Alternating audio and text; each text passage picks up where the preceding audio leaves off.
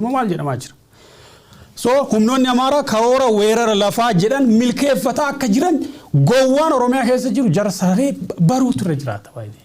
Sirriitti beekuudha warri Finfinnee keessa teessanii haala Oromiyaan keessa jiru. Beekuun barbaan dhaga'uun feene kana dhagaa dirqamaanis ta'u dhagaa. Salphaatti kan ilaalaa jirtan yoo taate kun gowwummaadha. Lafa Tigraay kan humnoonni kunneen dhuunfataman referendamii irratti gaggeessinaa jedhee ministeerri muummee paarlaamaatti dubbachuu ga'ee jira. By the way wanti tokko kan hubatama qabu lafti amma West Tigraay jedhamu yookiin Tigraay kuni waliigaltee dhukaasa dhaabuu kan Pretoria keessatti lafa falmii jedhameeti kan kaa'ame. Lafa Tigraay hin jedhamu. Contested area jedhama. Contested area jechuun lafa falmiiti akkaataa heeraatiin furmaata argatu heera gubbaatti hiiki garaagaraa kennamaafii jira. Contested area lafa weeraraan namni miiliyoona tokko irraa buqqa'e contested area yookiin lafa falmisiisaadha jedhamee yoo himamu boru lafti Oromiyaa maal ta'uu akka danda'u. Amma lixa Oromiyaa weeraraan nama kumaatamaan irraa buqqisanii yoo qabatan boru gaafa waliigaltee yookiin immoo dhukaasi dhaabbatee mariitti seennu contested area jedhama jechuudha. Lafa falmisiisaa jedhama jechuudha. Tigraay irraa wanni barachuu dandeenyu kanadha gowwaan Oromoo ka Oromoo bulchaa jiru ka mootummaa naannoo Oromiyaatu fen jedhu caffee Oromiyaati qaama raawwachiisaa qaama hojii garaagaraa maqaan kennamee fi maqaan eebbaa kana hubachuu irra jiraata. Lixa Oromiyaatti immoo aanaalee amma petitionin irratti mallatteeffamaa jiru yoo ilaalta baay'ee si ajaa'iba. በምዕራብ ኦሮሚያ ለአማራ ልዩ ወረዳ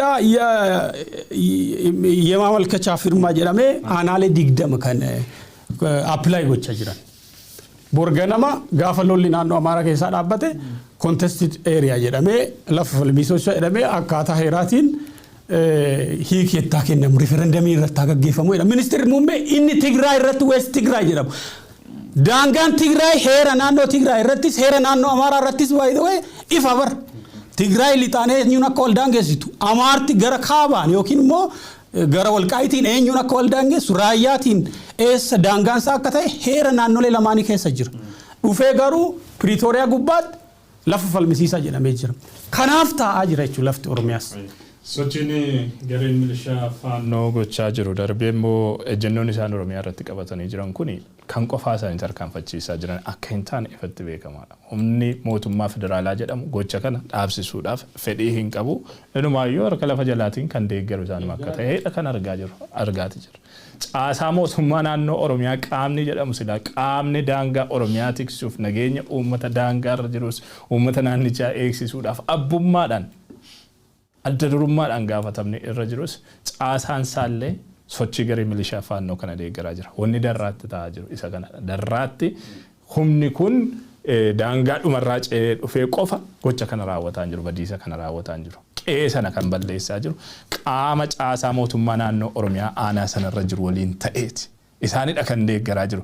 Isaanidha caasaa mootummaa naannoo Oromiyaa ta'ee darraan naannoo Amaaraatti akka cittuu fi deeggaraa jira jechuudha. Kana jechuun I don't know akkamitti akka ibsamu namaaf hin galu wanni kun waan baay'ee daangaa darbeedha kan fakkaatu sochiin garee kana ammam garamitti akka deemaa jiru gaa wanni Wallaggaa wal qabate gaaffii isaan dhiyeessaa jiran kanarraa arguun ni danda'ama.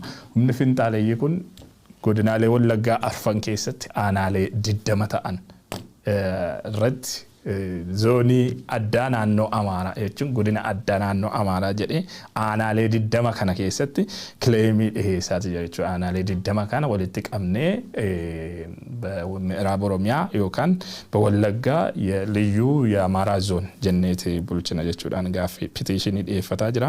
Aanaalee kanneen maqaa tuttuquudhaaf Giddaa Ayyaanaa, Limmuu, Kiiramuu, Guutoo Giddaa, Diggaa, Jaardagaa Jaartee, Amuruu Waradaa, Dangoroo, Abee Dongoroo jechuudha.